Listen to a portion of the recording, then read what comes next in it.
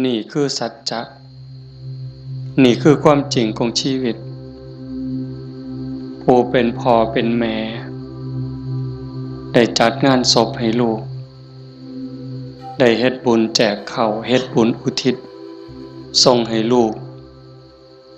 เฮาจะเห็นหลายๆมุมความบ่เที่ยงแท้แน่นอนของสังขารร่างกาย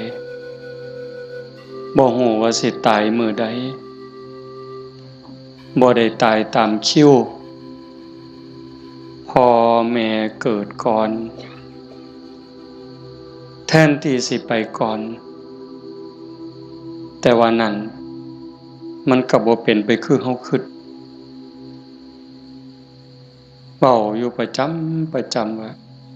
ชีวิตเป็นของยืมโยมก็ลองทำความเข้าใจตามเด้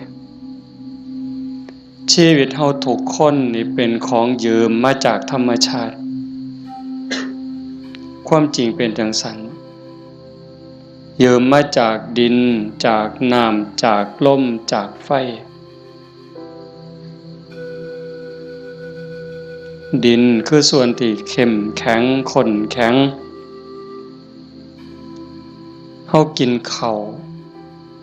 กินน้ำกินหมากไหม้ต่าง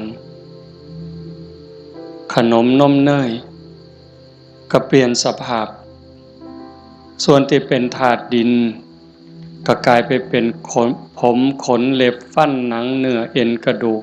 ตับไตไส้พุงน้ำที่เฮากลืนกินลงไปน้ำสะอาดน้ำสมน้ำหวานอีหยังก็แล้วแต่ผ่านลำคอลงไปปั๊บเขาก็สิเปลี่ยนสภาพไปเป็นน้ำเลือดน้ำเหลืองน้ำน้องน้ำดีน้ำเสลดน้ำลายนี่คือยืมจากธรรมชาติน้ำต่อน้ำลมต่อลมไฟต่อไฟดินต่อดินมื้อนี้เฮาก็สืบต่อจักว่าจักรอบลมหายใจเข้าหายใจออกนี่คือเอาดินไปต่อดินไฟที่ยังร่างกายให้อบอุ่นเผาอาหารให้ย่อยเฮ็ดร่างกายให้สุดโทรมเขาก็ทำหน้าที่ของเขาจังซี่ไฟก็สืบต่อกันไปเรื่อยๆลมก็สืบต่อกันไปเรื่อยๆถ้าส่วนใดส่วนหนึ่งเขาหยุดการทำงานชีวิตก็จบเพียงแค่ติดขัดธาตุดินธาตุน้ำธาตุลมธาตุไฟอันใดอันหนึ่งเพียงแต่เขาติดขัดของเล็กน้อยเฮาก็ป่วยเห็นบ่เฮาก็เกิดเจ็บป่วยขึ้นมาทันทีจังซั่นชีวิตเป็นของบ่ยั่งยืนความตายเป็นของยั่งยืน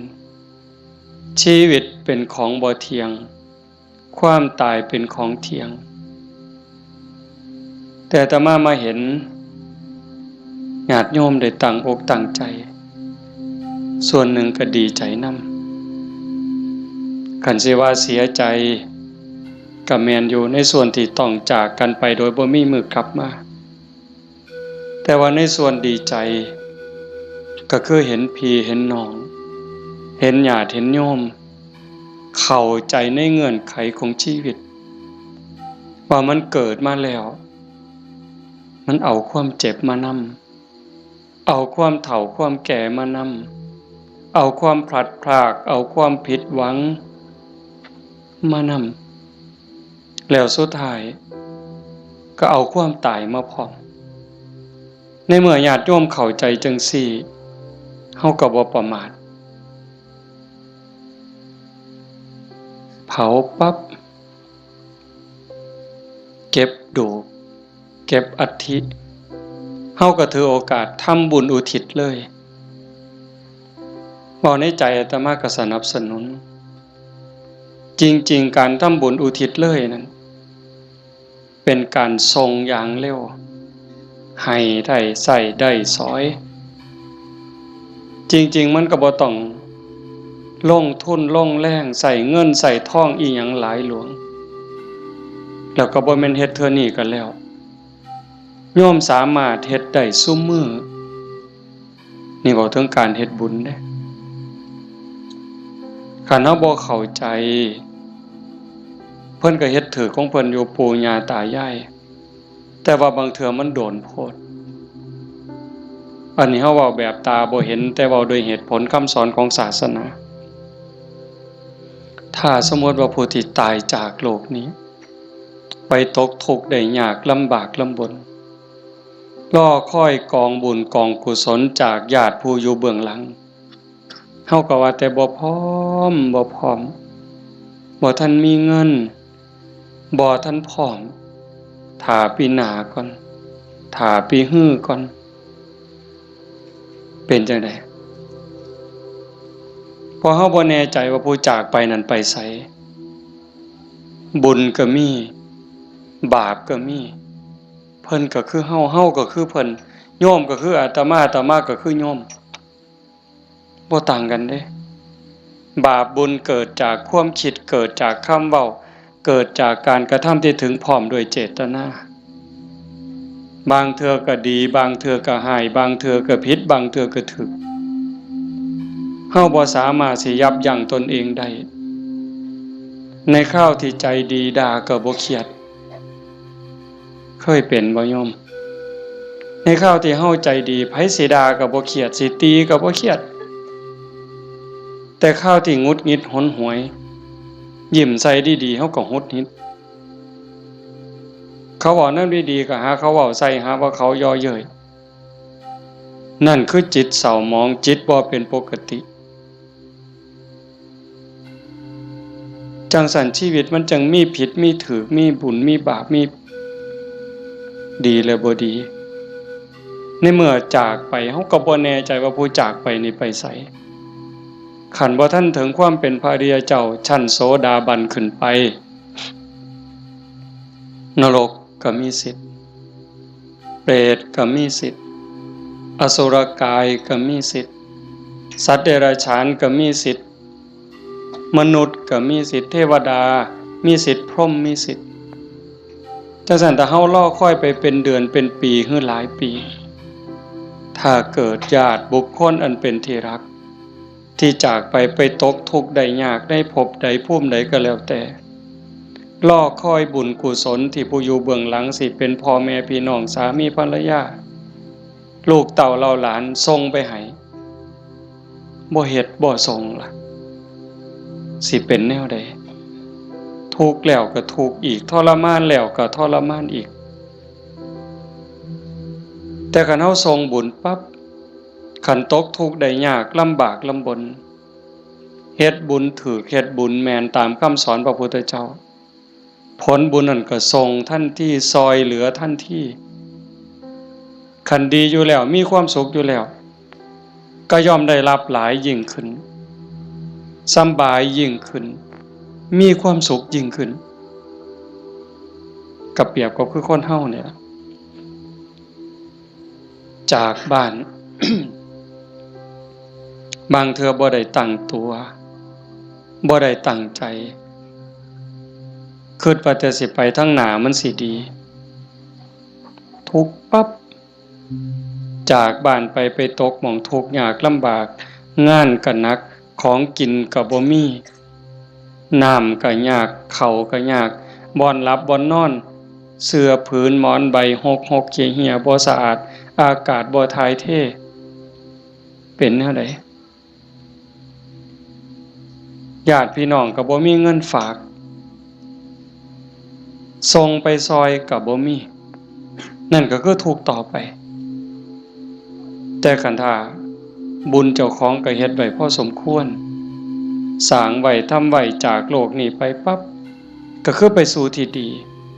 ไปต่างบ้านต่างเฮือนบ่อนอยู่ก็ดีบ่อนนอนก็ดีบ่อนกินก็ดีอาหารการกินบ่อึดบ่อยากอยู่ในสถานที่ที่สะดวกสบายน้ำซ้ำพี่น้องก็ฝากเงินไปให้ส่งเงินไปให้กินบ่ไหวใส่บ่หมดนี่คือเหตุผลบอกญาติโยมทั้งหลายไว้บ่ต้องเสือทันทีแต่เฮาพิจารณา เฮ็ดโลดก็บ่แม่นว่าสิต้องเฮ็ดบุญแจกข้าวแบบยิ่งใหญ่เด้เฮาตักบาตรอันนี้ก็อุทิศคือกันเด้สมมุติว่าคือมื้ออื่นนี่มื้อแลงคือตอนนี้บ่มีหยังนิมนต์ครูบาอาจารย์เพิ่นมาสวดมนต์ปกติฮอดมื้อเช้าก็ทำบุญตักบาตรแล้วก็อุทิศบุญกุศลไปถึงอันนี้ก็ซ้ำแจกข้าวใส่บาตรหน้าบ้านหน้าเฮือนอันนี้ก็ซ้ำแจกข้าวไปจังหันไปเพ่นอันนี้ก็ซ้ำแจกข้าวอาตมาเว้ายืดยาวซื่อๆแต่ว่าคันโยมเฮ็ดโยมตั้งใจยามแลงกินข้าวแลงแล้วก่อนหลับก่อนนอนผู้เป็นลูกเป็นหลานเด้ผู้เป็นสามีเด้ก่อนหลับก่อนนอนไหว้พระอรหังสัมมาสวากขาโตสุปฏิปันโนเนี่ยคันทำวัดใดก็ทำคันทำบ่ใดก็เอาซ้ำนี่จากนั้นก็ตั้งนะโม3จบสวดอิติปิโสใดก็ดีคันสวดบ่ใดก็ซ้ำตั้งนะโม3จบแล้วก็นั่งสมาธิตั้งใจนั่งสมาธิคือเฮาเฮ็ดอยู่ตอนนี้สงบจิตสงบใจยืดกายตรงดำรงสติให้มันเฉพาะหน้าหายใจเข้าหูหายใจออกหูสิใส่พุทโธก็ได้ยุบหนอพองหนอก็ได้คือบ่ต้องใส่หยังบ่ต้องว่าอันใดบ่ต้องคิดอันใดมีสติหูเพียงแค่ลมเข้าลมออกลมหายใจเข้ามันกระทบที่ปลายจมูกผู้บางคนกระทบที่ริมฝีปากผู้บางคนลมชัดเจนที่ซ่านดังลมเข้ามันสิเย็นจักหน่อยลมออกมันสิอุ่นจักหน่อยเฮาก็หูอยู่ซ้ำนั้นหลับตาเบาๆเฮ็ดใจสบายหายใจเข้าหูหายใจออกหูได้5 นาที10 นาทีคันยิ่งหลายเท่าใดแห่งแต่ดีได้จัก30 นาทีโยมลองเบิ่งเด้มันเป็นบุญยอดบุญที่เว้าเนี่ยคันเฮาสิเฮ็ดบุญแจกข้าวตามธรรมเนียมตามประเพณีเหตุข้องที่บ้านเมืองเพิ่นพาเฮ็ดเลี้ยงเหล้าเลี้ยงยาขาหมูขางัวจ้างหนังจ้างหมอลำหมดเป็น 400,000 500,000เว้าซื่อๆหมดเงินเป็น 400,000 500,000แบบว่ามาเลี้ยงหนังจ้างหนังจ้างหมอลำเลี้ยงเหล้าเลี้ยงยาหมดเป็น 400,000 500,000บ่ได้บุญหลายซ้ำนั่งสมาธิ5 นาทีสำดอกไม่ออกด้วยเหตุผลของธรรมความเป็นจริงที่องค์สมเด็จพระบรมศาสดาสัมมาสัมพุทธเจ้าสอนไว้หมดเงิน 400,000 500,000 หรือหมดเป็นล้านบ่ได้บุญหลายซ้ำนั่งสมาธิ5 นาทีเด้1บุญเกิดกับเฮาโยมเฮ็ดบุญเฮ็ดหยังก็ตามเสียบุญอุทิศให้โยมไม่ออกท้องใบมื้อนี้คือกันบุญนั่นต้องเกิดกับโยมก่อนเกิดขึ้นกับจิตกับใจกลายเป็นสมบัติของโยมทุกคนซะก่อนแล้วก็จังอุทิศไปถึงบุญบ่มีโตแต่มันก็มีอานุภาพบาปบ่มีโตแต่ก็มีคุณภาพมีอานุภาพบุญส่งเสริมให้เกิดความสุขเกิดความสะดวกสบายเกิดความเจริญรุ่งเรืองในชาตินี้ในชาติหน้าได้สมหวังดังใจอันนั้นย้อนบุญบาปตามเผาผลาญเผาล้นให้เกิดความทุกข์ความเดือดร้อนความทุกข์ความเดือดร้อนในบ้านในเฮือนในชีวิตในครอบครัวเฮ็ดให้เกิดความผิดหวังนั่นให้โยมเข้าใจว่าผลของบาปทั้งหมดแต่สิ่งเฮ็ดให้เกิดความสุขเกิดความสำบายอกสำบายใจลูกดีผัวดีเมียดีขาทาสบริวารคนรอบข้างเป็นคนดีมีศีลมีธรรมไว้เนื้อเสื่อใจสุขภาพแข็งแรงอายุมั่นคนยืนบุญทั้งหมดเฮาสิเฮ็ดบุญอุทิศให้ญาติให้ผู้ใดก็แล้วแต่บุญต้องเกิดกับจิตกับใจเฮาก่อนคือกันกับเฮาสิเอาขนม เอาเงินเอาทองเสื้อผ้าหนาแพร่เครื่องใส่ไม้สอย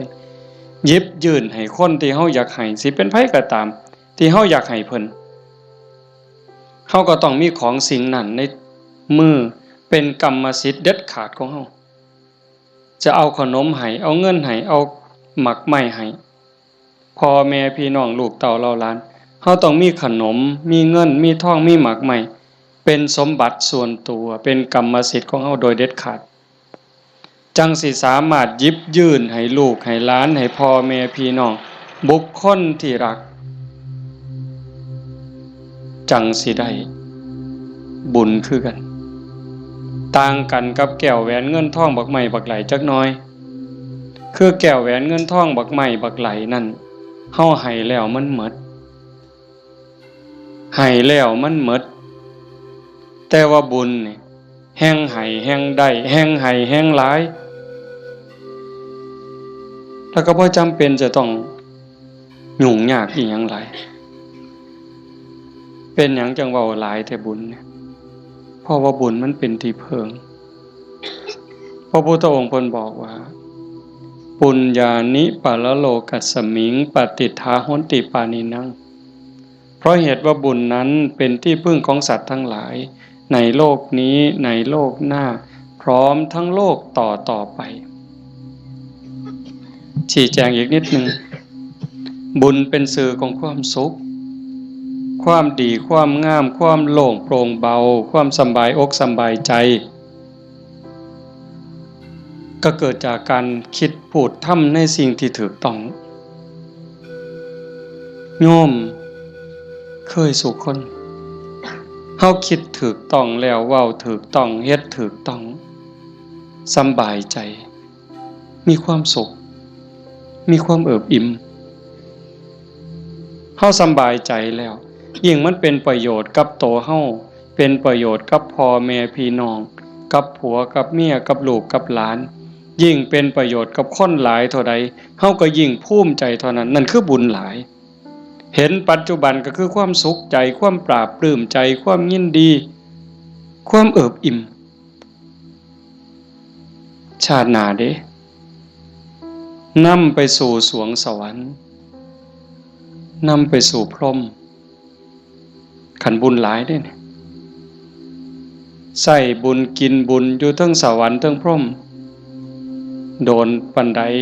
น่านปันใดนั่นก็ขึ้นอยู่กับกำลังของบุญที่สร้างเมื่อเว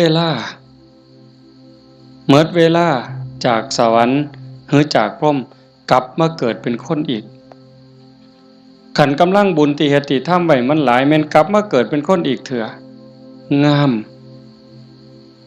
หน้าตาดีผิวพรรณดีสวดทรงดีสุ่มเสียงดีฐานะดีร่ำรวยสติปัญญาดีโรคภัยไข้เจ็บหน่อยอายุยืนไปไสก็มีคนหักมีคนนับหน้าถือตานี่กำลังบุญเด้แต่คันถามมันตรงกันข้ามคิดก็คิดผิดเว้าก็เว้าผิดเฮ็ดหยังก็เฮ็ดผิดเฮ็ดแล้วปั๊บกลับเป็นทุกข์ในปัจจุบันโยมก็เห็นอยู่เวลาเอาเฮ็ดผิดเว้าผิดศีลผิดธรรมผิดกฎหมายบ้านเมืองเดือดร้อนตั้งแต่เฮ็ดแล้วตอนเฮ็ดโดยอำนาจของกิเลสย้อนความโลภย้อนความโกรธโลภอยากได้ของเขาอยากลักของเขาอยาก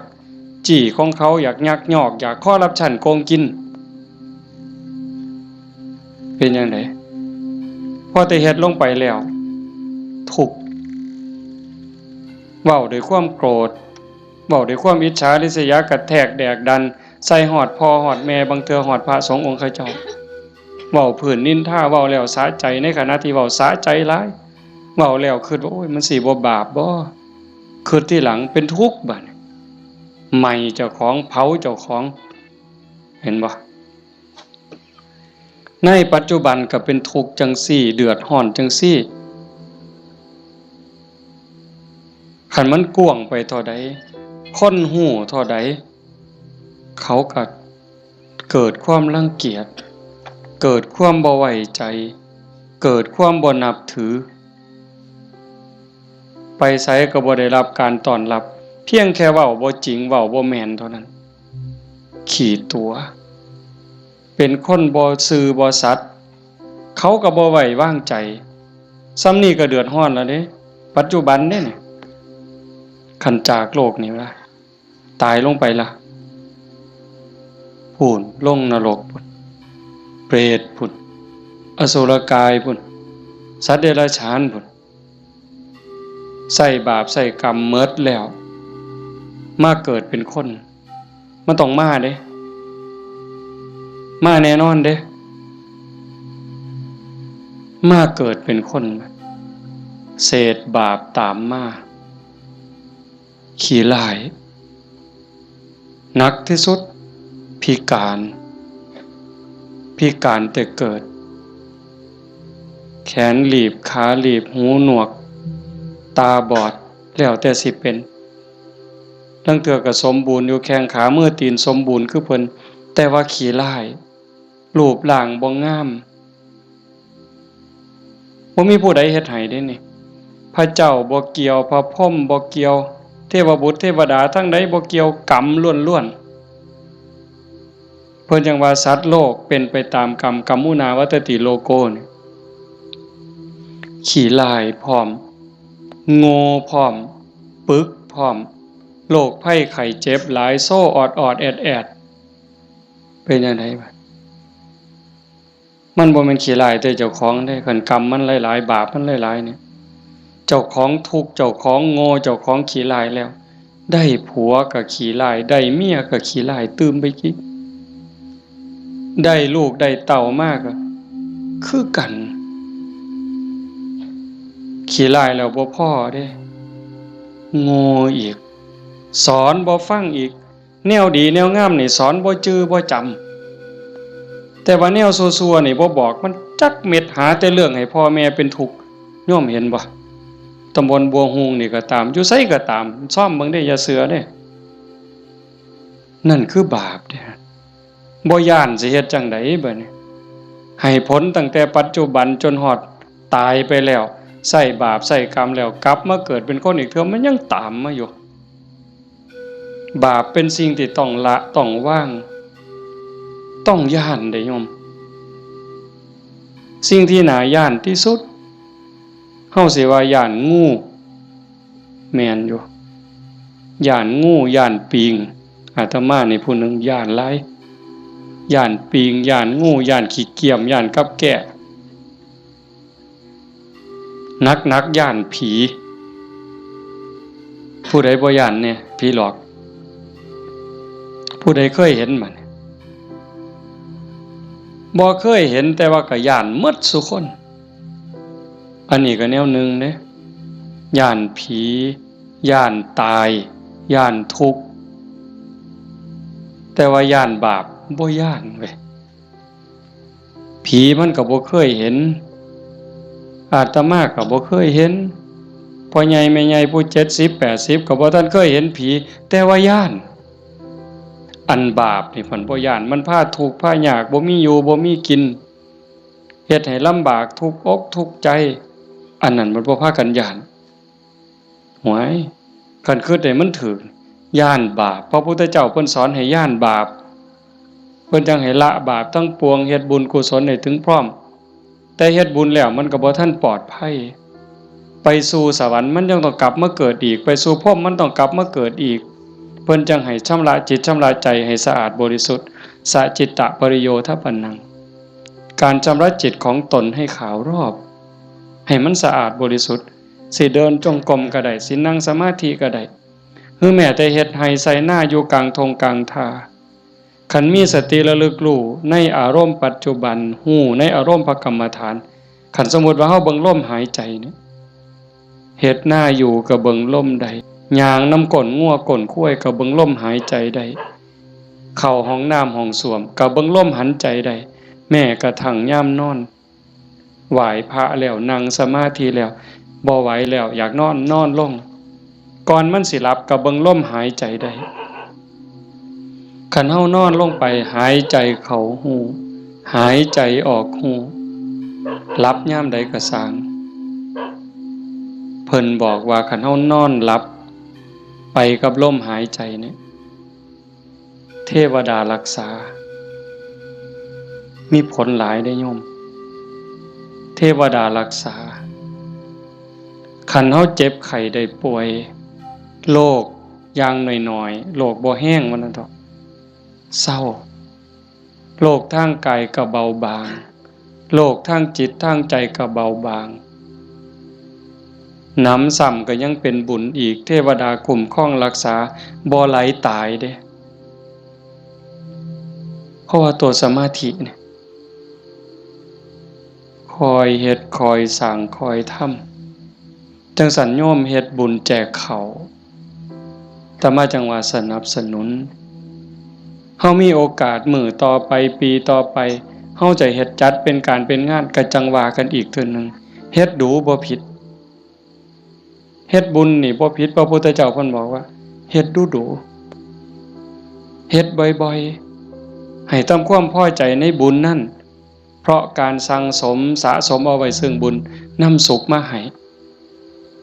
เฮ็ดดูบ่ผิดบุญแต่ว่าบาปอย่าเฮ็ดเพราะมันทุกข์มันเดือดร้อนฉะนั้นเฮาตั้งใจพาพี่พาน้องเฮ็ดบุญเนี่ยเห็นลูกหลานเด็กเล็กเด็กน้อยมาร่วมฟังเทศน์มานั่งฟังธรรมนำพ่อใหญ่แม่ใหญ่แต่มาว่ามันงามนี่คือความงดงามของชาวพุทธโยมจำไว้เด้พาเขามาส่วนเขามามื้อวันเสาร์วันอาทิตย์ส่วนเขาไปวัดไปใส่บาตรไปจังหันผู้ชายก็ให้หัดประเคนพระเขาเฮาสิได้ลูกดีหลานดีอาศัยผู้อื่นบ่ได้การศึกษาทางโรงเรียนบางเทื่อก็ลืมเรื่องเหล่านี้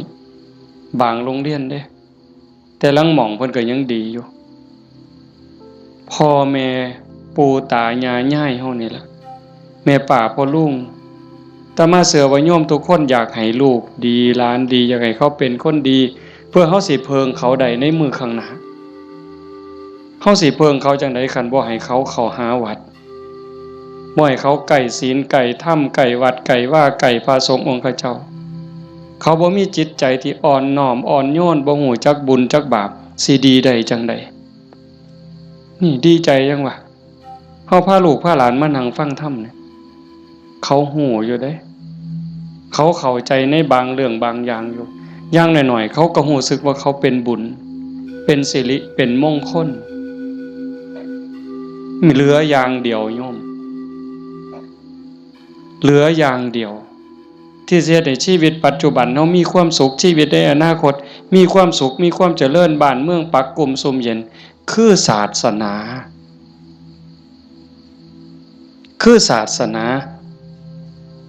เรื่องกฎหมายนี่โยมเลิกยังเพิงบ่ได้ 100% ยิ่งพวกนักการเมืองสสต่างๆเศร้าเว้านำเลยพวกนั้นเพิงบ่ได้เข้าหาประโยชน์ใส่ตัวเขาต่างหาก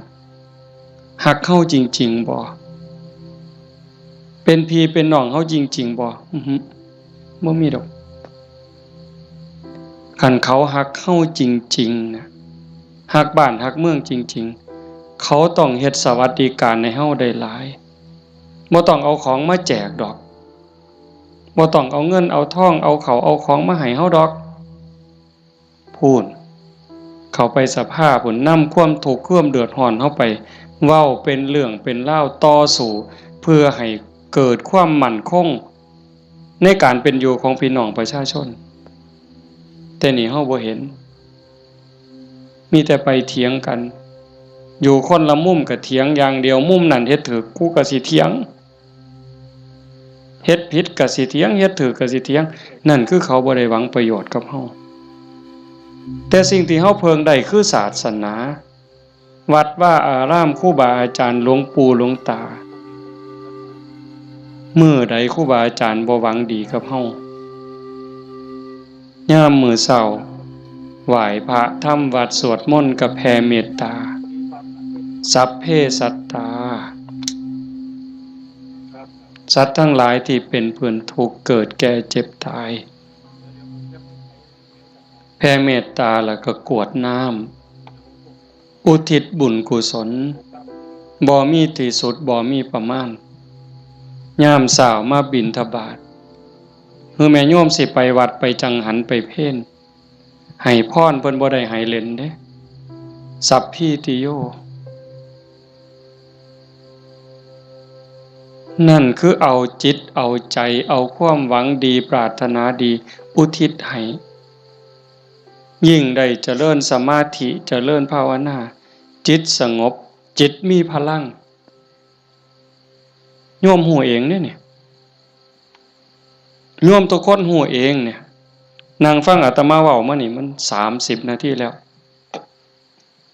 โยมฟังอาตมาเทศมา30 นาทีคนที่ตั้งใจนั่งสมาธิฟังแต่แรกสิรู้สึกว่าตอนนี้กายเบากายโยมเบาใจโยมเบาใจมันสงบใจมันมีกำลังใจโยมเริ่มมีความสุขลึกๆเนี่ยพิสูจน์ได้คำสอนพระพุทธเจ้ามันบ่ได้ล้าสมัยอีหยังท่านสมัยล้ำสมัยไปอีกล้านปีพุ่นโยมเป็นพยานเด้อาตมาบ่ได้เว้าเอาเองเด้ทุกคนที่นั่งสมาธิฟังธรรมน้อมจิตน้อมใจลงสู่กระแสธรรมตอนนี้กายเริ่มเบาจิตเริ่มเบาความเอิบอิ่มรู้สึกปลื้มใจในตนเองมันเกิดนี่คือบุญเนี่ย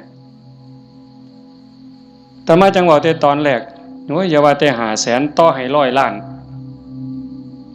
เฮ็ดบุญตามเขาว่าเนี่ยบ่มีเหล้าบ่มีบุญบ่มีเหล้าบ่เป็นบุญบ่ขาหมูขางัวบ่เป็นบุญบ่มีหนังบ่มีหมอลำบ่เป็นบุญพวกหมู่นั้นต่อให้100 ล้านสภาพที่จิตใจเป็นสุขสงบร่มเย็นมั่นใจมันย่อมมั่นใจเด้แต่การเฮ็ดแบบนั้นเฮาสิมีอารมณ์เย็นแบบนี้บ่สิมีความรู้สึกอบอุ่นใจปราบปลื้มใจยินดีใจมั่นใจว่าญาติตายไปแล้วสิได้บุญบ่มีดอกนั่นเว้าซื่อๆเชื่อซื่อๆมีความเชื่อแล้วก็ถูเอาสีขางเขาถูเพิ่นว่า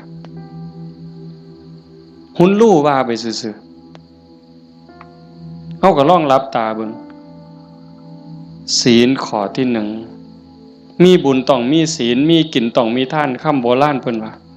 ข้อที่1ปานาติปาตาเวรมณีเจตนางดเว้นจากการทำสัตว์ที่มีชีวิตให้ตกล่วงผู้ใดก็ฮักชีวิตคือกันกับเฮา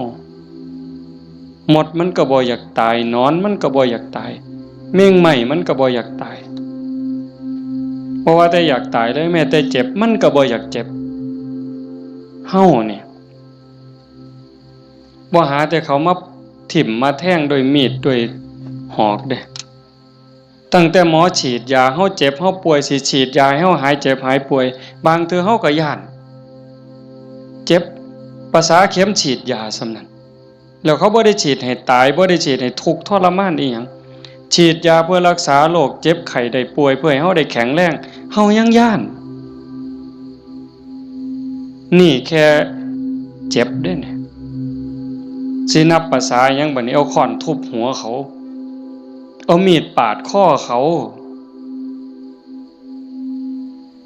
เอาใจเขามาใส่ใจเฮาทบทวนจังซี่เฮาก็เห็นว่าล่ะข้อที่1ขาแล้วมันสิได้บุญมาแต่ไสบาปแล้วครับเลี้ยงเหล้าเลี้ยงยาข้อที่5ขาดไปอีก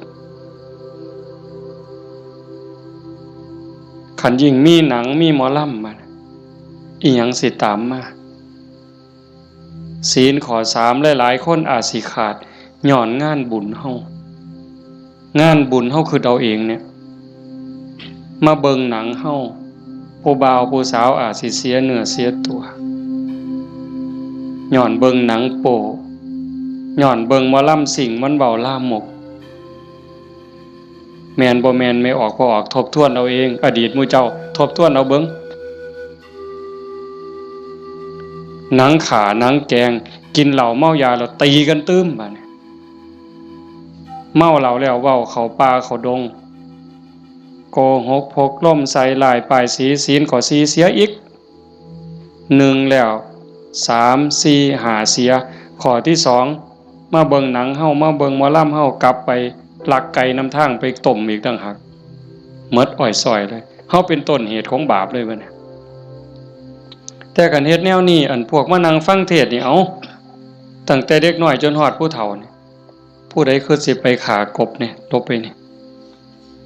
ผู้ใดสิไปขากุ้งเนี่ยแล้วบ่มีคือสิโอ้ยลบมื้อนี้ลักบักนาวนำทางดอกเว้ยมีบ่แล้วสิไปผิดผัวผิดเมียเขาดอกคิดก็บ่กล้าเฮาเชื่อมั่นแล้วเด้บาปมีบุญมีชาติหน้าชาติก่อนมีนรกสวรรค์มีเฮ็ดดีๆจริงเฮ็ดชั่วๆจริงผู้ใดเฮ็ดอันใดได้อันนั้นหว่านพืชเช่นไรได้ผลเช่นนั้นเห็นบ่สิไปผิดผัวผิดเมียไผมันสิไปกล้าซั่นบ่สิไปเว้าตัวคนสิไปยู่ให้คนผิดกันสิไปเว้าปากพล่อยๆมาสิกล้าบาปมันอยู่นำเจ้าของเนี่ยเฮ็ดบาปก็ได้บาปเฮ็ดบุญก็ได้บุญมันอยู่นำเจ้าของนี่สิไปดื่มเสพเครื่องดองของเมาเฮ็ดให้เจ้าของเสียสุขภาพกายเสียสุขภาพจิตเสียเงินเสียทองเฮ็ดให้ขาดความเคารพนับถือเฮ็ดให้เด็กน้อยมันดูหมิ่นดูแค้นเฮาบ่แม่นคนโง่ปานนั้นเห็นบ่เฮาเห็นสภาพบุญเด่นๆอยู่จังซี่ไม่เป็นตาภูมิใจอะโยมคันสิเว้าเนาะคันบุญโยมบ่หลายเนี่ยโยมบ่ได้เกิดเป็นคนบ่ได้เป็นมนุษย์คันบุญบ่หลายพ่อบ่ได้เกิดเป็นคนไทยดอกโยมบ่ได้เกิดในผืนแผ่นดินไทยบ่ได้เกิดใต้ร่มใบบุญของนายหลวงเด้บุญบ่หลายพ่อบ่ได้นับถือพระพุทธศาสนานับถือพุทธศาสนาแล้วบุญบ่หลายพ่อบ่ได้เกิดในบ้านที่มีวัดมีครูบาอาจารย์เอิ้นเข้าหาศีลหาธรรมบ่มีกัลยาณมิตรบ่มีพี่มีน้องที่ฮักศีลฮักธรรมนำกันบ้านโน่นตุนเฮาก็สิบ่ใหญ่ปานใดจักหลังคา85คันเฮาบ่ฮักศีลฮักธรรมคันบุญบ่หลายเฮาบ่มาโฮมกันหลายปานนี้หลายคนก็อาจสิล้าสิเมื่อยตั้งแต่โยมไม่ออกท้องใบเพิ่นจากไปมางานศพมื้อนี้ก็หมดมื้อวานก็หมดมื้อเอาไปเผาเฮ็ดเวียกเฮ็ดงานแน่ยามกลางคืนมาก็มาฟังครูบาอาจารย์เพิ่นสวดมนต์มานั่งเป็นหมู่เป็นพวกกันยามกลางเว้นก็ไปเฮ็ดเวียกเฮ็ดงานมื้อนี้มาโฮมกันได้ปานนี้ห่อขนมข้าวต้มถามว่ามันล้าบ่เมื่อยบ่เมื่อยเด้แต่เฮาก็กัดแขวกัดฟันมานั่งฟังเทศน์มาร่วมเอาบุญนำกันให้ทุกคนเข้าใจว่าทุกคนคือเจ้าภาพบ่แม่นแต่พ่อแม่กับสามีกับลูกหลานเด้ทุกคนคือเจ้าภาพอาตมาก็คือเจ้าภาพผู้หนึ่งเจ้าภาพอันใดเฮามาร่วมบุญสร้างบุญร่วมกันพระพุทธเจ้าเพิ่นบอกว่าเฮาทุกคนเนี่ยโยมเคยตกนรกมาเมื่อเคยเป็นเปรตเป็นอสุรกายเป็นสัตว์เดรัจฉานเป็นเทวดาเป็นพรหมเป็นมนุษย์เกิดมานับชาติบ่ถ้วนกรีดลิงเล่ไล่แมงใหม่ที่มันตอมหลอดไฟกบเขียดตั้งแต่นรกอเวจีไปไล่ตั้งแต่นรกจนไปถึงภวคพรหมบ่มีสัตว์โตใดบ่มีจิตวิญญาณดวงใดที่บ่เคยเกิดเป็นพ่อเป็นแม่เป็นพี่เป็นน้องเป็นผัวเป็นเมียเป็นญาติร่วมสายโลหิตเฮาเคยมาหมดแต่ว่าเฮาบุญหลายชาตินี้เนื่องจากว่าชาติก่อนๆพบก่อนเฮาเคยมีศีล5มีกุศลกรรมบท10ที่สร้างไว้ทำไว้พอสมควรจังส่งผลให้เฮาได้เกิดมาเป็นคนมาเป็นมนุษย์ผู้มีศีลละเอียดให้ทานไว้ดีรักษาศีลไว้ดีเจริญสมาธิไว้ดี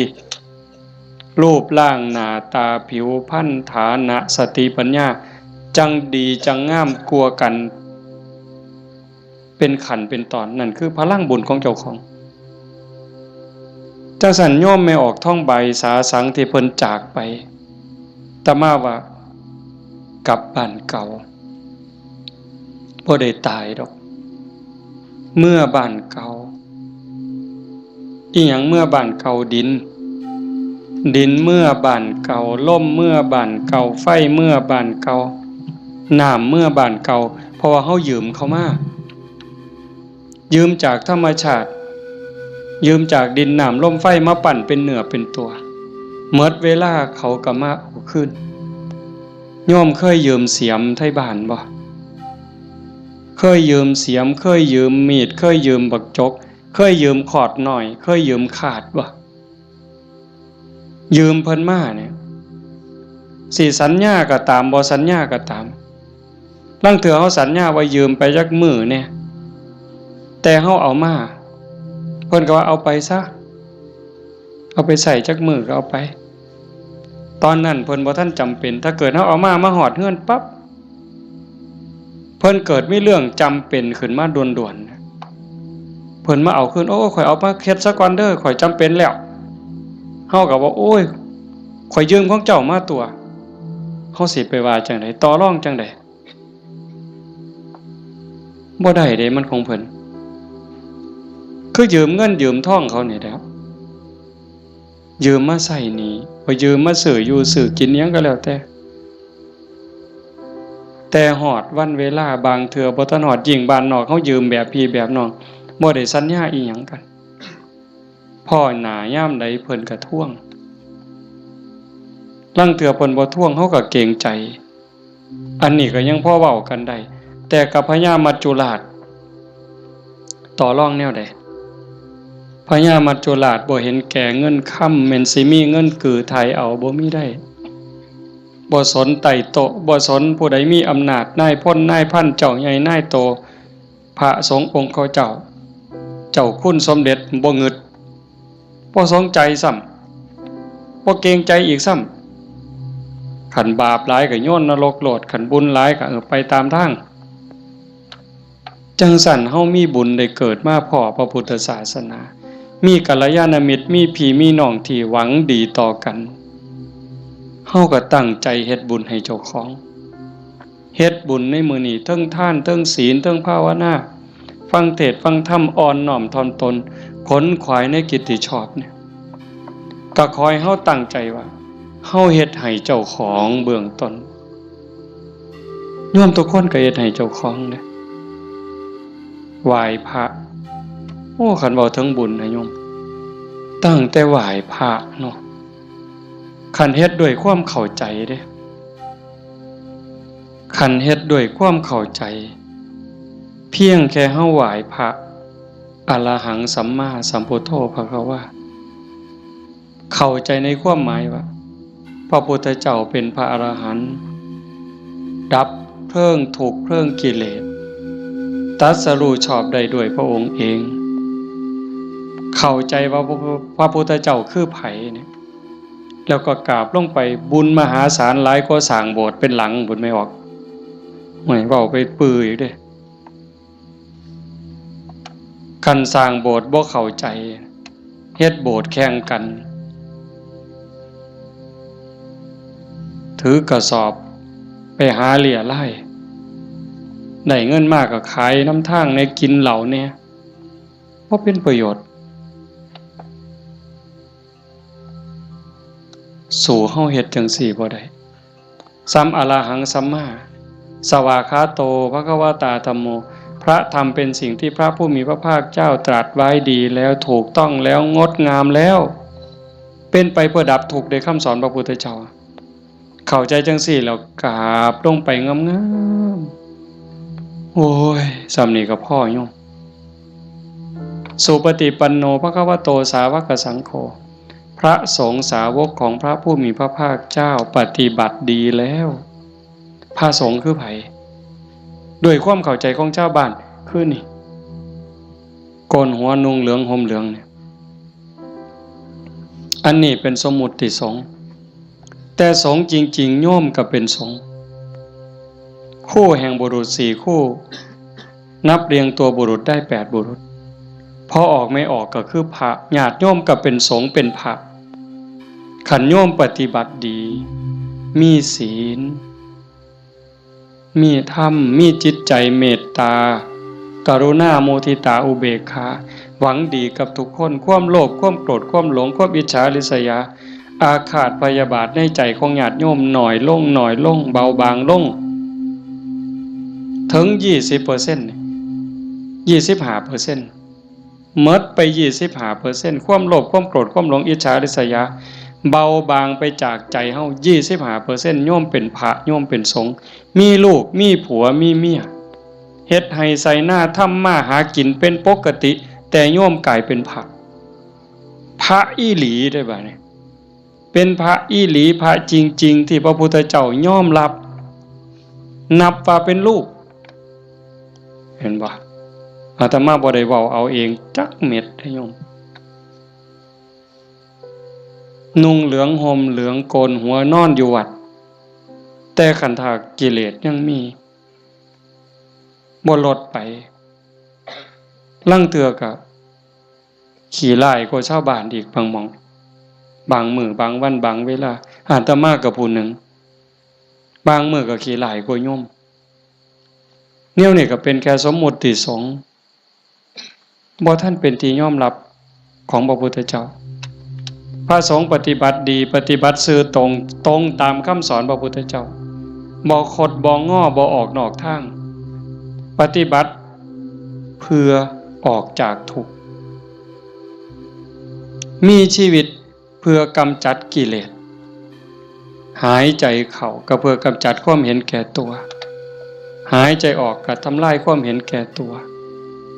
นี่ล่ะเฮ็ดหยังก็พอดีพองามหวังประโยชน์กับคนอื่นหวังดีกับคนอื่นเมตตาต่อผู้อื่นทำลายความเห็นแก่ตัวให้น้อยลงทำลายแค่ความเห็นแก่ตัวให้มันเบาลงบางลงหน่อยไปนี่คือสงฆ์ปฏิบัติสมควรแก่การต้อนรับแก่การกราบไหว้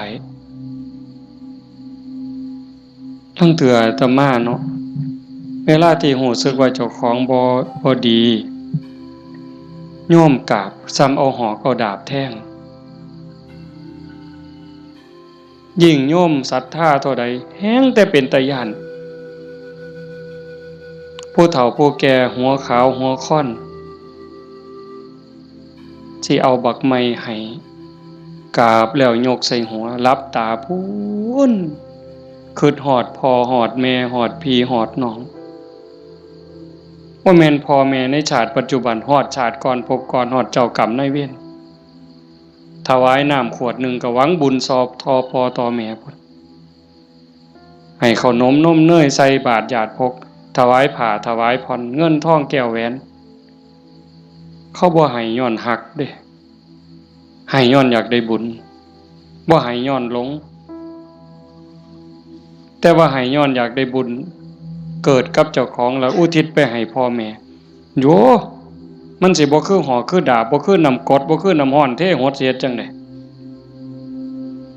จังซั่นนะเพียงแค่โยมเข้าใจว่าพระพุทธเจ้าคือใครพระธรรมคือใครพระสงฆ์คือใครโยมเข้าใจจังสิเพียงแค่อรหังสัมมาสวากขาโตสุปฏิปันโนพ่อโยมพ่อเลยบ่ได้จำเป็นเลย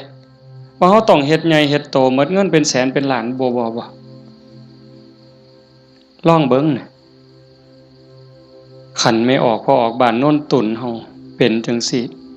นี่ก็เฮามีศีลมีธรรมในใจเด้อยู่เฮือนก็เฮ็ดจังซี่บ่ต้องรวยดอกโยมบ่ต้องรวยแล้วบ่ได้มีความสุขดอกคันบ่มีศีลบ่มีธรรมนั่นอยู่ซ้ำเฮาอยู่เฮ็ดอยู่เฮ็ดกินพ่อสมมาภาควรบ่เดือดร้อนตนเองบ่เดือดร้อนผู้อื่นก็พอได้อยู่ได้กินแต่ว่าให้จิตใจมีธรรมะเพิงผ้าอาศัยหยิบยื่นแบ่งปัน ซอยเหลือเกื้อกูลคือโยมเป็นกันอยู่เห็นว่าทุกคนคือพี่คือน้องทุกคนคือเพื่อนร่วมทุกข์เกิดแก่เจ็บตายมีความสุขบ่คันอยู่แบบนี้ก็บ่แม่นสิเงียบแบบนี้เลยได้ก็เว้ากันนำจากันนำแต่ว่าให้จิตใจเฮาเป็นจังซี่เข้าใจกันฮักกันคือพี่คือน้องเป็นแนวใดผู้จากไปก็สำบายใจเอาสมมุติว่าคือโยมไม่ออกท้องใบเพิ่นจากเข้าไปเนี่ยก็บ่ไปไสดอกความเป็นจริงอยู่นำเฮานี่ล่ะจริงๆบ่ได้ไปไสเด้เพียงแค่ธาตุดินน้ำลมไฟกลับคืนสู่ธรรมชาติดวงจิตดวงวิญญาณเดินทางไปตามบุญตามบาปของตนเองญาติพี่น้องผู้อยู่เบื้องหลังก็อุทิศบุญกุศลไปให้แต่ว่าด้วยสภาวะความผูกพันความเป็นลูกเพิ่นเป็นลูกของพ่อใหญ่ท้องมาแม่ใหญ่ที่พ่อแม่ก็สิ้นไปแล้วแม่นบ่อ๋อเฮาตั้งใจเฮ็ดบุญอุทิศไปนำเนาะแต่มาเข้าใจผิดเอาก็บ่เป็นหยังพ่อใหญ่ท้องมาแม่ใหญ่ที่คือกันที่เฮาว่าจากไปเพิ่นก็บ่ได้ไปไสเลือดเนื้อเพิ่นอยู่นำเฮาแม่นบ่โยมไม่ออกท้องใบคือกันเพิ่นแบ่งเลือดแบ่งเนื้อมาเป็นโตเฮาเพิ่นก็อยู่นี้อยู่ในโตเฮานี้คำสอนคำสั่งคำบอกอันนี้เด้อลูกอันนี้เด้อหลาอันนี้เด้อคำเอิ้นบักหลาเอิ้นอีนางเอิ้นทองคำอีแม่แม่นบ่เพิ่นเอิ้นจังซั่นเด้บักหลาอีนางทองคำอีแม่เพิ่นว่าอันนี้มันถูกเด้ออันนี้มันดีเด้ออันนี้มันบ่แม่นอันนี้มันบ่ถูกอย่าพากันเฮ็ดมันบาปอย่าเว้าจังซั่นมันบาปคันเว้าจังซี่เว้าจังซี่แม่นแล้วบักหลาอีนางสาธุโอ้ยใจแม่นเจ้าเว้าดีใจแม่นเจ้าเว้าถูกนี่คือคำสอนฮักกันเด้อันนี้เอื้อยเด้อันนี้อ้ายเด้คันน้องเถียงอ้ายอย่าไปเถียงเอื้อยอย่าไปเถียงอ้ายคันอ้ายรังแกน้องเอื้อยรังแกน้องอย่าไปเฮ็ดบ่โหนเป็นน้องบ่เห็นบ่เพิ่นตายอยู่ว่ะเพิ่นไปไสอยู่ว่ะดินดอนตอนหญ้าเฮือนซ่านบ้านซองจากเหงื่อจากแห้งอาบเหงื่อตังน้ำสร้างหลักฐานให้ลูกได้อยู่เป็นของเพิ่นบ่จังว่าคันคิดฮอดพ่อคิดฮอดแม่นั่นก็ฮักพี่ฮักน้องอยากให้พ่อแม่ได้กินข้าวกินน้ำนุ่งเสื้อผ้าหน้าแพรดีๆงามๆคันแม่นพ่อแม่บ่อยู่นำเป็นเนื้อเป็นตัวแล้วก็เฮ็ดกับพี่กับน้องนั่นล่ะอยากเว้ากับพ่อแม่ม่วนๆก็เว้ากับพี่กับน้องนี่ล่ะเว้ากับป้ากับลุงมันคักแท้เด้โยมคันเฮาคิดให้มันเข้าใจนี่พ่อแม่บ่ไปไสปู่ย่าตายายบ่ไปไสแล้วทุกคนก็คือพี่คือน้องเข้าใจให้มันคักๆเข้าใจดีๆในคำสอนพระพุทธเจ้าประเสริฐที่สุดบ่มีศาสนาใดสิสอนความจริงความถูกต้องงดงามเกินพระพุทธเจ้าบ่มีผู้ใดสิฮักเฮาหวังดีต่อเฮาเกินพระพุทธเจ้าจังบอกคำสอนเอาไว้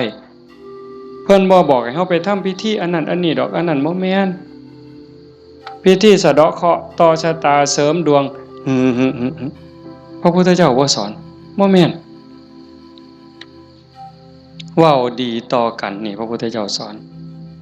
คิดถูกต้องพูดถูกต้องทำถูกต้องจากถูกต้องก็จังไปสู่ดีงามอย่าว่าดีเด้อย่าว่าดีก่อนดียังบ่ทันถูกต้องเด้คันคนเขามักกินเหล้าเฮาซื้อเหล้าสู้กินเขาว่าดีเด้แม่นบ่ล่ะคันพวกผู้ชายมักเล่นมักเที่ยวมีหมู่พาไปเที่ยวซ่องเขาว่าบักนี่ดีเด้พวกมักเล่นไพ่เล่นไฮโลเล่นการพนันส่วนเฮาไปเล่น ต้มไก่สู้กินพร้อมเล่นเอาเงินเอาพร้อมยังว่าดีอยู่เด้หั่นแต่มันบ่ถูก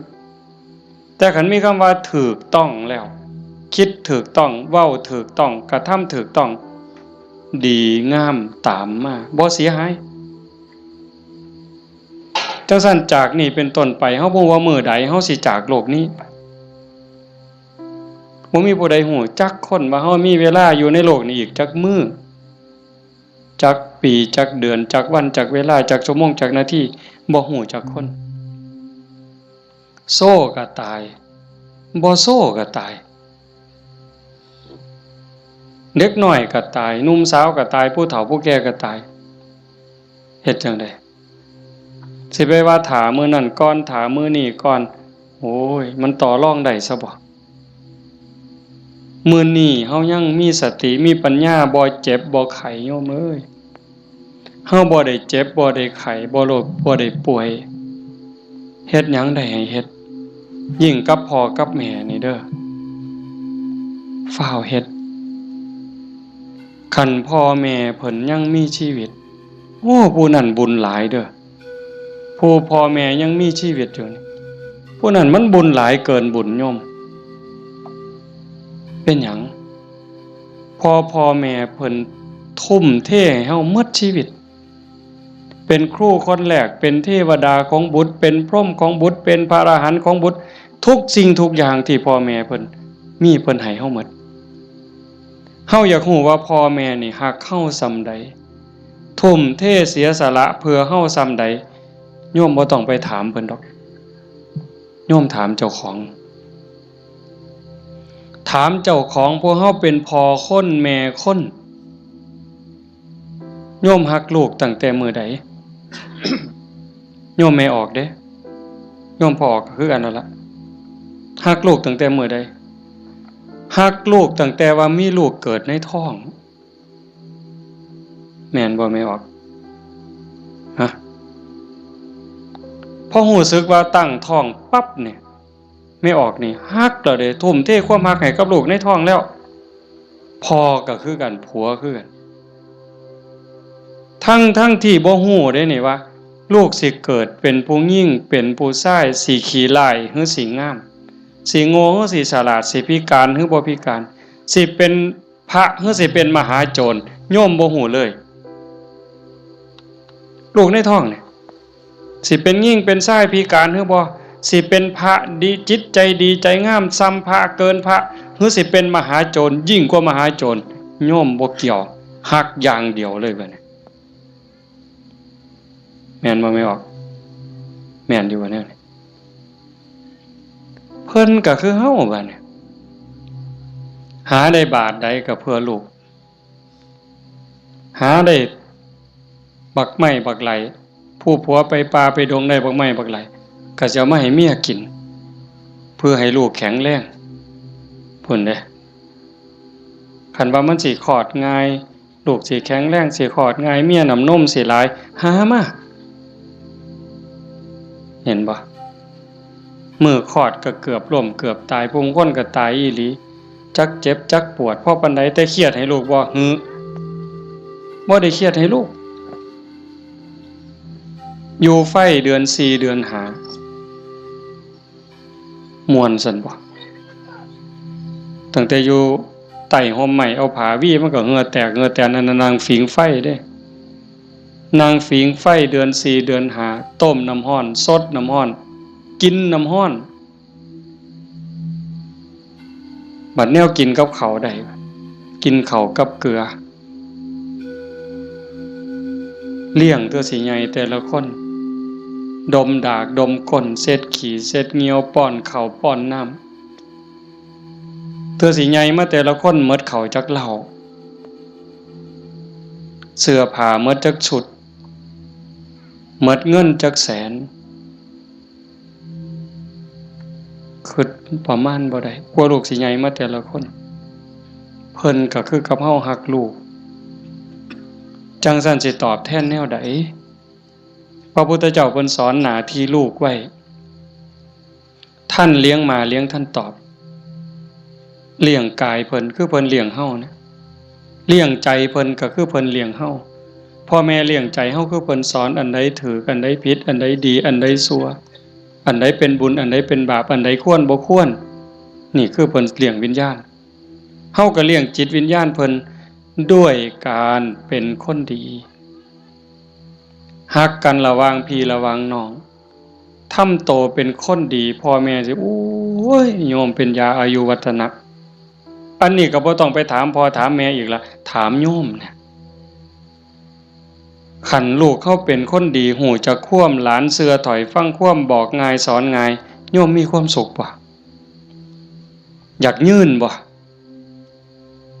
ขันยิ่งเป็นคนดีจนชาวบ้านเขายกย่องเขาสรรเสริญโอ้ยใจแม่นอ่อนซ่อนเด้อีหล่านี่มันก็หูจะคว่ำแต่บักหำนี่คือดีแท้เป็นตาอ่อนซ่อนเด้ย่ายอยากตายบ่บัดนี้ยื่นบ่เจ้าอยากยื่นแท้แต่ขันลูกมันบอกบ่ได้สอนบ่ฟังหลานก็โอ้บอกจังหนึ่งไปจังหนึ่งเถียงคำบ่ตกฝากแม่นสิป้อนสร้างมือละโตย่ายก็บ่อยากยื่นอยากตายให้มันแล้วอุกอังสังกะหยาลูกหลานมันบ่ฮู้จะคว่ำเอิ้นหาพญากรรมพญาเวรพุ่นแล้วมาเอาผู้ขาไปถอนโลดตัวแต่สั่นยังว่าเลี้ยงพ่อเลี้ยงแม่เลี้ยงกายเลี้ยงใจพุทธเจ้าเพิ่นบอกเด้ท่านเลี้ยงมาเลี้ยงท่านตอบทำการงานของท่านซอยเวียกซอยงานส่วนเหือส่วนแห้งเพิ่นบ่บอกก็เฮ็ดแนวเฮ็ดได้แนวมันถูกต้องดีงามส่วนเวียกส่วนงานเพิ่นนี่คือเรื่องที่สองท่านเลี้ยงมาแล้วเลี้ยงท่านตอบตามกิจการงานของท่านรักษาวงตระกูลมิให้ตกต่ำอันนี้หน้าที่ลูกเด้รักษาวงตระกูลอย่าให้ตกต่ำอย่าเอาชื่ออย่าเอานามสกุลนี่ไปไว้นำตำรวจ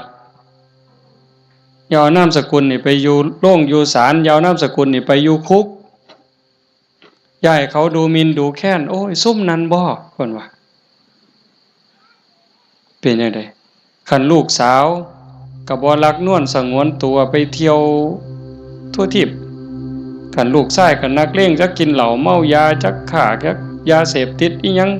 ลักศกจกหอขาคนตีคนนี่ก็รักษาวงตระกูลบ่ได้คนเขาก็ดูถูกดูหมิ่นดูแค้นพ่อแม่ปู่ย่าตายาย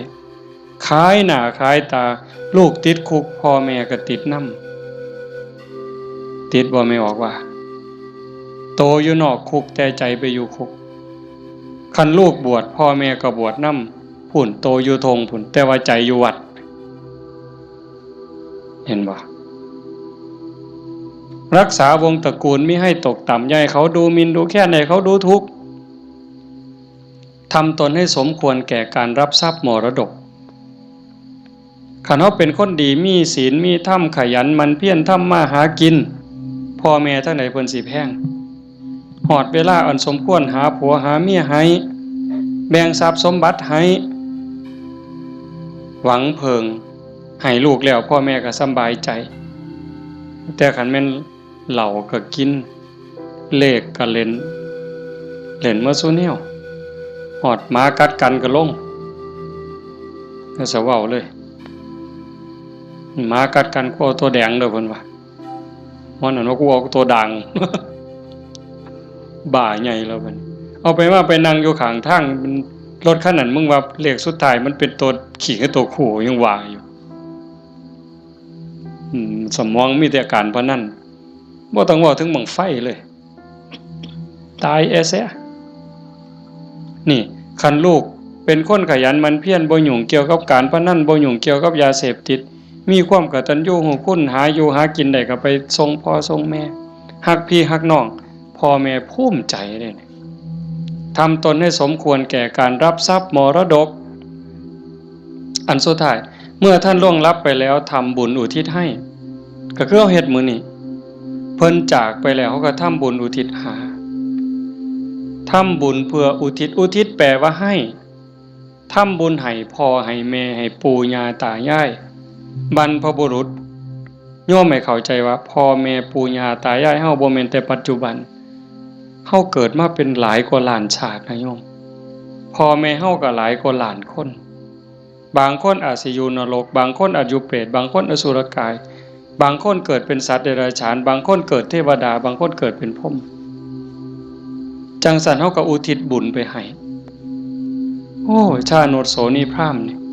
ไปถามพระพุทธเจ้าขันโยมปวดขากับพริกเด้อแต่มาอยากให้มันได้ประโยชน์ได้หลายมันพอมีแห้งเบากับเบาจริงๆหนังมานำรดอยากนอนเมื่อยกูสิเทศได้บ่น้อมาเห็นญาติโยมเรียบร้อยมันเลยมีแห้งตายก็สร้างมันเถาะมันดีใจอะโยมอีหลีเด้บ่แม่นปากหวานเนี่ยอยากเห็นจังซี่แหมคันเป็นแนวนี้ประเทศไทยมันก็อยู่ได้ชาโนดโสนีพราหมณ์นี่เพิ่นทำบุญดูๆทำบุญบ่อยๆแต่ทำนอกศาสนาดอกบางเทื่อก็ทำในพุทธศาสนาบางแล้วก็บ่ทันเข้าใจหยังหลายไปกราบทูลถามพระพุทธเจ้าข้าแต่พระองค์ผู้เจริญข้าพระองค์ทำบุญบ่อยๆเฮ็ดบุญบ่อยๆแล้วอุทิศให้กับญาติที่ล่วงลับอยากรู้ว่าญาติของเก่ากับผมนี่สิได้บุญบ่พระพุทธเจ้าเพิ่นบอกว่าดูก่อนพราหมณ์มันแล้วแต่ฐานะแล้วแต่ฐานะนั้นแนวใดเพิ่นก็เลยขอให้พระพุทธเจ้าอธิบายให้ฟังพระพุทธเจ้าว่ามันก็มีหลายองค์ประกอบแห่งเด้1ล่ะญาติของเฮาที่ตายจากไปเขาไปไสคันไปตกนรกก็บ่ได้ทันทีนรก457หลุม457ขุมเนี่ยนรกพ่อแม่เฮาไปตกนรกก็บ่ได้ทันทีมีแต่การทรมานสิได้ก็ย้อนเพิ่นฮู้เรื่องแล้วก็อนุโมทนาสาธุโดยความยินดีก็จังสิได้2คันไปเกิดเป็นเปรต12ชนิดได้บุญทันทีที่รอคอยอยู่นำเฮานี่ถ้าเอาทันทีนี่ปรตโตปชีวี1 12นี่ได้1แต่อีก11ต้องรอคอยได้รู้เรื่องรู้ราวอนุโมทนาสาธุจังได๋อสุรกายคือกันสัตว์เดรัจฉานเป็นหยังแน่ล่ะนั่นเฮาอยู่นั่นก็พ่อแม่เฮาคือกันผัวเมียเฮาคือกันชาติหนึ่งพบหนึ่งบ่เว้าเล่นได้โยมเขาบ่ได้เลยนะฮู้เรื่องบ่เนี่ยเฮาว่าเอากวดน้ำรับพรหมอหน่อยมันสิตั้งใจรับพรนำเฮาบ่บ่ฮู้เรื่องเด้กินนู่นฮู้บ่แมงไหม้ฮู้บ่ปูปลาฮู้บ่แล้วบ่ฮู้ได้บ่ได้เด้เนี่ยเขากินหยังเขาก็กินอาหารของเขาเทวดาล่ะคันเขาฮู้ทราบอนุโมทนาเขาก็ค่อนข้างจะฮู้ได้พรหมก็คือกันสุดท้ายก็สอบไปพุทธเจ้าเพิ่นบอกว่านอกจากญาติที่ล่วงลับจากไปแล้วอยู่ในภพภูมิที่สมควรได้ทันทีเขาได้แล้วอีกอย่างหนึ่งของที่ทำบุญเป็นบุญบ่ฆ่าเขามาบ่ลักมาบ่คดโกงมาบ่ในขณะที่ให้ก่อนให้หลังให้เจ้ามีความยินดีเจ้ามีศรัทธามีความภูมิใจจริงบ่พุ่นเด้แล้วผู้รับทานเจ้าเป็นไผมีศีลบ่มีธรรมบ่เพิ่นก็จังไล่มาตั้งแต่สัตว์เดรัจฉานแต่มาเทศน์ดูๆโยมฟังในวิทยุก็สิได้ยินมันได้บุญอยู่ดอกซ้ำแม่ครัวนี่ส้มแม่ครัวนี่ล้างถ้วยล้างชามก่อนสิเทน้ำล้างถ้วยล้างชามล้างหม้อลงในดินลงขี้สิกไม่ออกตั้งใจว่าสาธุเด้อน้ำล้างถ้วยล้างชามเนี่ยมันมีรสชาติอาหารปนไปกับน้ำซึมลงไปในดินให้พวกสัตว์อยู่ในดินพวกไส้เดือนต่างๆให้มันกินได้อยู่ได้กินแล้วให้มันมีความสุขกายสุขใจซ้ำนี่ก็ได้บุญนับประมาณบ่ได้ได้บุญหลายก็ไล่ขึ้นมาจากสัตว์เดรัจฉาน100เทื่อพันเทื่อบ่ได้บุญหลายเท่ากับให้คนผู้บ่มีศีลขี่เหล้าเมายาขี่ลักขี่ป่นตีหัวหมาด่าแม่คนได้หลายกว่าให้กับสัตว์เดรัจฉานจังซั่น100เทื่อพันเทื่อให้คนขี่เมาบ่มีศีลบ่มีธรรม100เทื่อพันเทื่อ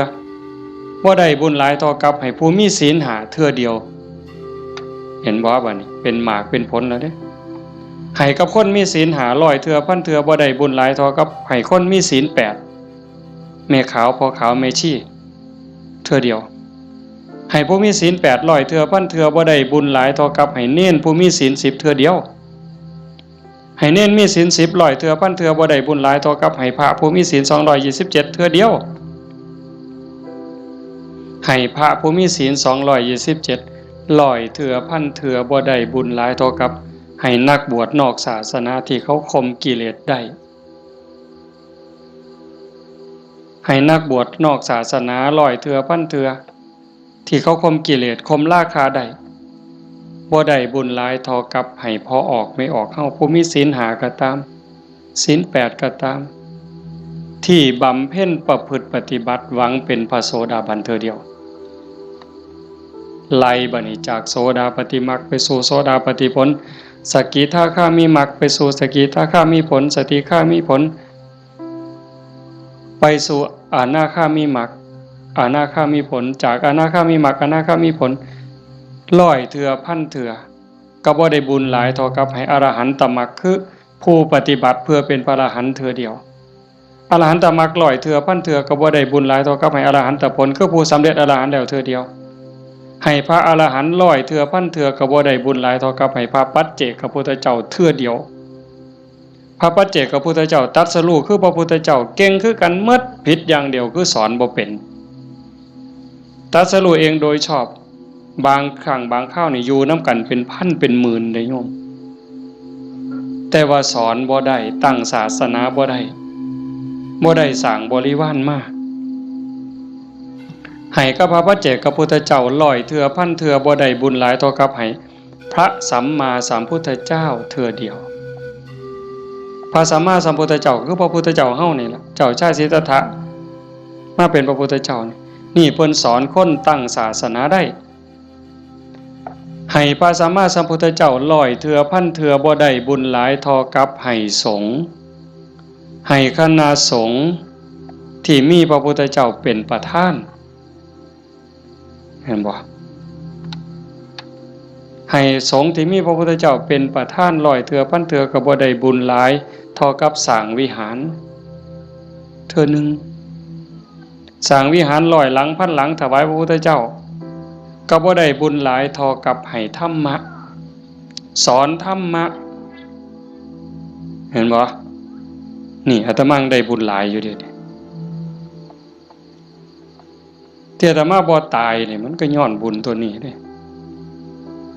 ให้ธรรมะเป็นฐานชนะการให้ทั้งปวงอาตมากำลังเว้าธรรมะบอกธรรมะให้ธรรมะแล้วเจ้าภาพเป็นผู้นิมนต์มาเจ้าภาพติดต่อบ่ได้บอกโยมไม่ออกท้องสุขนิมนต์อาจารย์เนี่ยโยมไม่ออกท้องสุขก็ได้บุญตรงนี้นำมาเนี่ยเห็นบ่คันบ่เจ้าภาพบ่เสนอบ่อยากมีแนวนี้พี่น้องก็บ่ได้ฟังธรรมในขณะที่ฟังธรรมอยู่นี่พระเพิ่นบันทึกเสียงพร้อม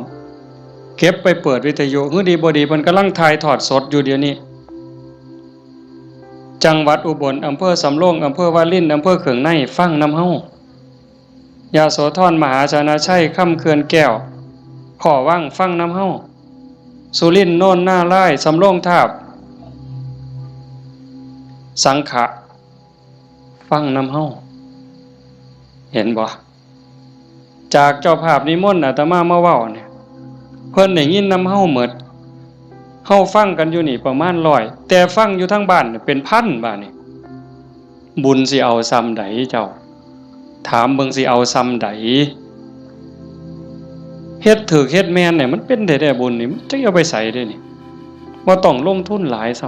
ำเห็นบ่ทำบุญอุทิศให้โยมเฮ็ดอุทิศส่งไปหอดไปถึงชาโนโสนิพพานเพิ่นถามจังซี่ล่ะพระพุทธเจ้าอธิบายผู้รับท่านวัตถุท่านใจผู้ให้แล้วผู้จากไปอยู่ไสถามไปถามมาเพิ่นก็สอจอกหลอกแจกแหลกเพิ่นจะเข้าใจเนาะพระพุทธเจ้าว่าได้เฉพาะญาติได้ทันทีคือญาติที่เป็นปรัตถตูปชีวีชาโนโสนิพพานมันก็เลยถามสอเข้าไปว่าข้าแต่พระองค์ผู้เจริญถ้าเกิดว่าญาติของข้าพระองค์ไม่ได้ไปเกิดเป็นปรัตถตูปชีวีบุญนี้จะไปไหน พระพุทธเจ้าเพิ่นก็เลยว่าแบบอาตมาว่ามานี่ตั้งแต่สัตว์นรกไปเขาก็รอคอยบุญถ้าเขารับรู้รับทราบอนุโมทนานำเขาก็ได้แล้วก็ให้จงเข้าใจว่าในวัฏฏะสงสารนี้จะไม่ว่างจากญาติของเธอที่เป็นปรัตถตูปชีวีหมายความว่าพ่อแม่พี่น้องลูกเต่าเราหลานสามีภรรยาในอดีตชาติก่อนๆพบก่อนๆผัวเฮาเมียเฮาญาติพี่น้องพ่อแม่เฮาที่ไปเกิดเป็นปรัตถตูปชีวียังมีอยู่เพราะว่าพ่อแม่เฮาบ่แม่นผู้นี้ชาตินี้อย่างเดียวจังซั่นโยมเฮ็ดบุญมื้อนี้ส่งไปฮอดพ่อแม่ในอดีตสามีพี่น้องลูกเต่าเราหลานในอดีตพร้อมแต่มื้อนี้ปรารภโยมพ่อใหญ่ทองมาแม่ใหญ่ที่พ่อใหญ่ทองแดงนี่ก็เสียชีวิตไปแล้วคือกันเนาะแล้วก็แม่ใหญ่ทองใบผู้ไว้ชนหมายความว่าลูกหลานเฮ็ดบุญหาเนาะอาตมาเห็นในนี่ก็ว่ามันเป็นเจ้าภาพก็ต้องขออภัยก็บ่ผิดเพิ่นก็ฮู้จักและเข้าใจแล้วล่ะถือว่าญาติโยมเฮ็ดถูกเฮ็ดแม่นเด้อาตมาก็บ่ให้จบเพียงส่ำนี้ผู้ไปทำมาหากินกรุงเทพกรุงไทยแม่นเฮาบ่ได้ใส่บาตรบ่ได้ทำบุญก่อนหลับก่อนนอนไหว้พระนั่งสมาธิเด้อแม่นบ่ไปกรุงเทพจักคนนี่แม่นบ่เบิ่งท่าทางมาแต่กรุงเทพแน่ๆผู้อยู่บ้านใส่บาตรคันมื้อใดมันยากก็ใส่บาตรหน้าเฮือนคันมื้อใดมันพอไปได้ก็ไปจังหันจังซี่นะก่อนหลับก่อนนอนก็ไหว้พระกราบพระก่อนหลับก่อนนอนเว้าจากันดีๆเด้เว้าจาดีๆอยู่ในบ้านในเฮือนนี่มันเป็นสิริมงคลเทวดาเฝ้าบ้านเฝ้าเมืองเฝ้าเฮือนเฝ้าซ่านเฝ้าที่เฝ้าทางเฮาเอิ้นว่าภูมิบ้านภูมิเฮือนเพิ่นได้ยินเฮาเว้ากันดีๆเว้ากันม่วนๆเทวดาก็ดีใจอาจสิเป็นพ่อเฮาปู่เฮาย่าเฮาแต่อดีตก็ได้เห็นเฮาเว้าดีจากันดีเพิ่นก็อยากได้บุญนำเป็นจังได๋รักษาบ้านรักษาเฮือนเฮ็ดหน้าบ่พอใดก็ได้มื้อนี้มีโยมผู้หนึ่งโทรศัพท์มาคุยกับอาตมาโอ้ยหลวงพ่อเพิ่นว่าโยมก็งึดอยู่เฮ็ดหน้าหว่านข้าวลงไปแรกๆข้าวกำลังงอกบ่ทันได้พอคืบจ้อยน้ำท่วมหว่านแรกๆน้ำท่วมบัดน้ำบกไปก็แล้งบัดแห้งใหม่พร้อมจักสิตายสิยังบัดฝนมาใหม่ก็บ่ค่อยได้ไปเบิ่งบัดไปเห็นบัดนี้ใบก็บ่เห็นมีแต่ห้วงเพิ่นว่าโอ้ยอันนี้จักแม่นบุญบอกกับผัวจักแม่นบุญเนาะเฒ่าเนาะเพราะว่าเพิ่นก็เฮ็ดแต่บุญนี่หลีนี่จังแม่นบุญอีหลี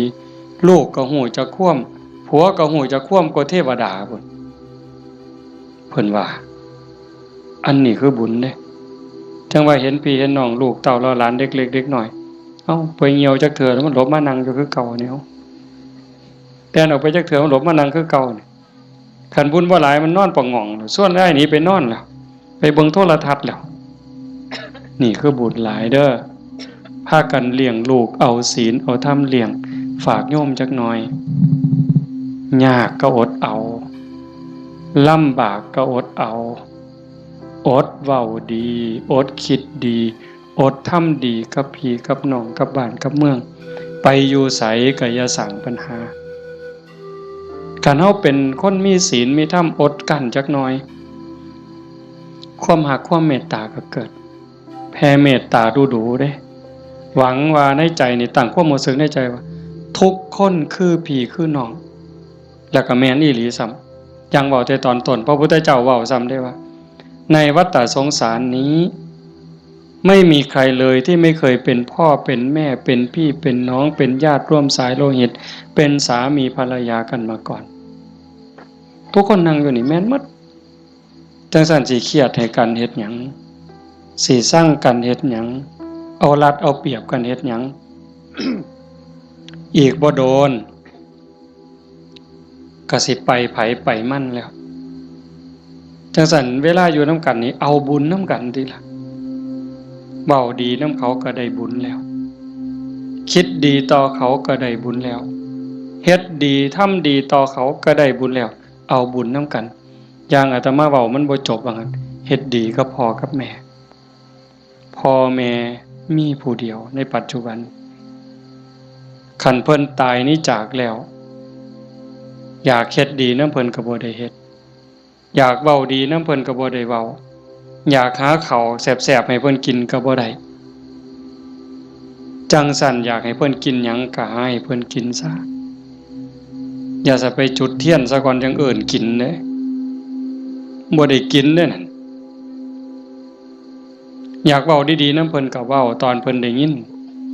อย่าจะจุดธูปเพิ่นอีแม่เอ้ยฟังเทศน์เด้อพี่บ้าแนวนั้นบ่ทัน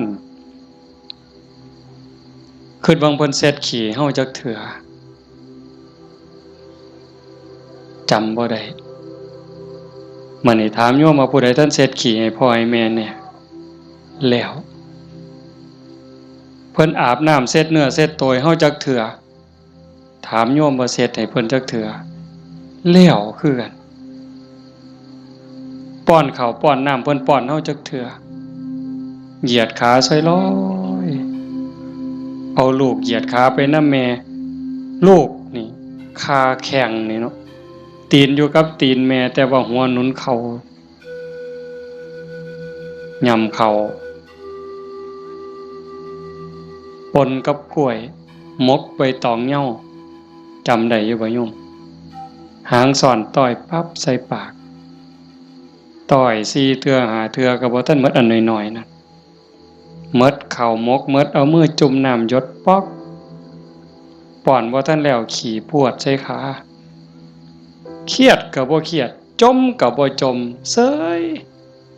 เห็นบ่มื้อนี้มีผู้ใดท่านได้เฮ็ดแน่อาตมาก็บ่ทันได้เฮ็ดคือกันเฮาสิเป็นหนี้บุญคุณเพิ่นส่ำใดจังซั่นเพิ่นจากไปแล้วแนวอยากเห็นแนวอยากฮู้สมมุติว่าจิตวิญญาณเพิ่นล่องลอยฮู้เห็นเฮาอยู่อยากเห็นลูกฮักกันอยากเห็นหลานฮักกันทุกข์ยากก็ช่วยเหลือแบ่งปันคือพี่คือน้องอย่าใส่เฮ็ดคือบางซุ่มเด้บางซุ่มนี่จูงแขนกันขึ้นโรงขึ้นศาลจะแม่นเพิ่นเก่งหลายน้องกับอ้ายฟ้องกันบ่แล้วโอ้ยจะแม่นพี่พ่อแม่สิเป็นทุกข์หลายจังว่าเฮาบ่เอาแนวนั้นเด้อ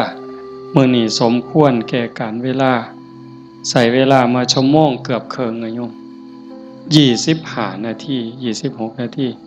ก็เห็นว่าสมควรแก่การเวลาขออนุโมทนาสาธุทุกคนทุกท่านน้อเจ้าภาพบ่อ่านก็ได้ดอกถือว่าทุกคนคือเจ้าภาพหมดมื้อนี้เฮาตั้งใจอุทิศบุญกุศลที่เกิดที่มีส่งไปถึงดวงจิตวิญญาณของโยมพ่อใหญ่ทองมาแม่ใหญ่ที่บุญชาลีโยมพ่อออกทองแดงโยมแม่ออกทองใบสาสังแล้วก็ปู่ย่าตายายญาติโกโหติกาที่ล่วงลับจากไปแล้วตั้งแต่ชาติใดภพใดเวลาใดก็แล้วแต่มื้อนี้เฮาได้ตั้งใจอุทิศบุญกุศลส่งไปถึงท้ายที่สุดก็ขออาราธนาอ้างอิงอำนาจแห่งคุณพระศรีรัตนตรัยคุณของพระพุทธเจ้าพระธรรมพระสงฆ์และอำนาจแห่งบุญกุศล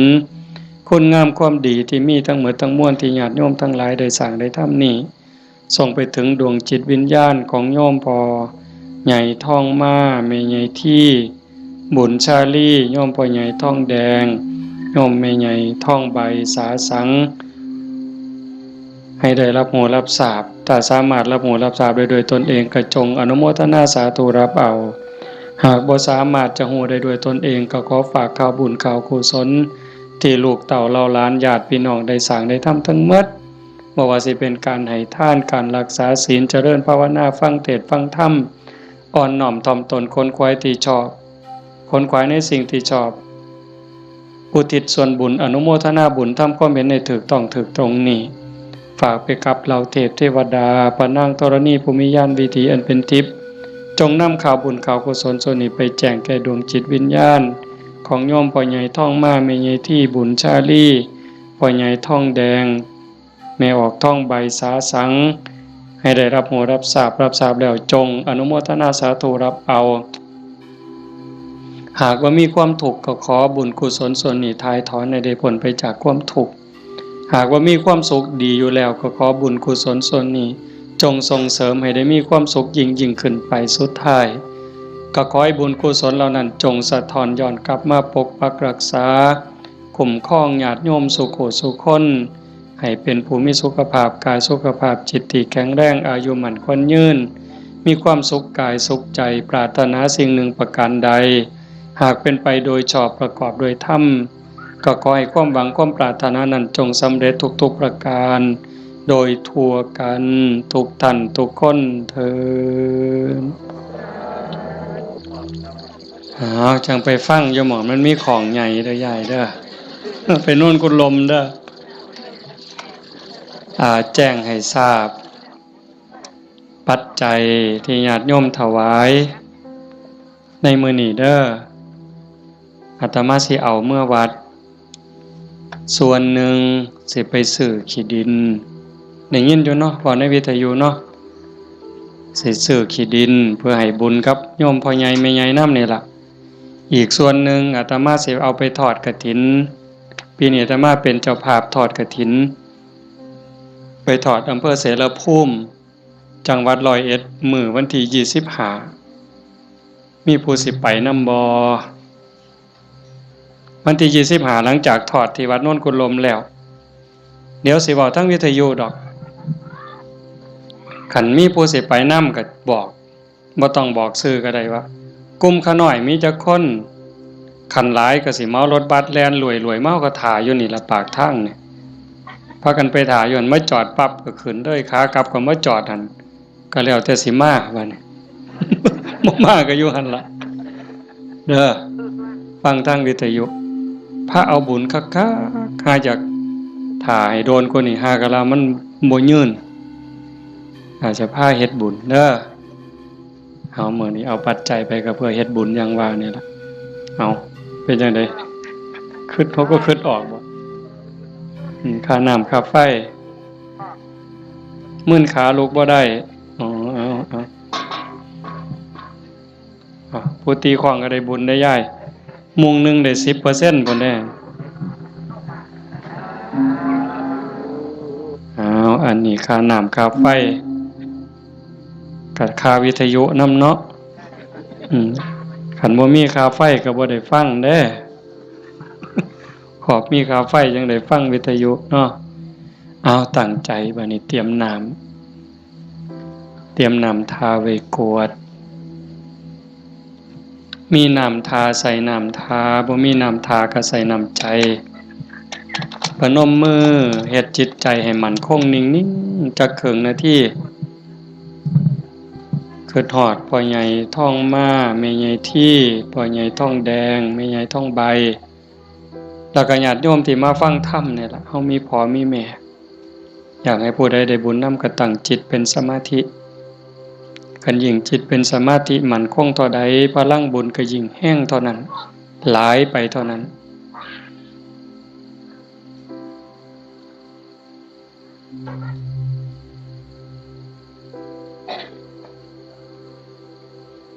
ยะถาวาริวหาปุราปาริปุเรนติสาครังเอวะเมวะอิโตทินังเปตานังอุปกัปปติ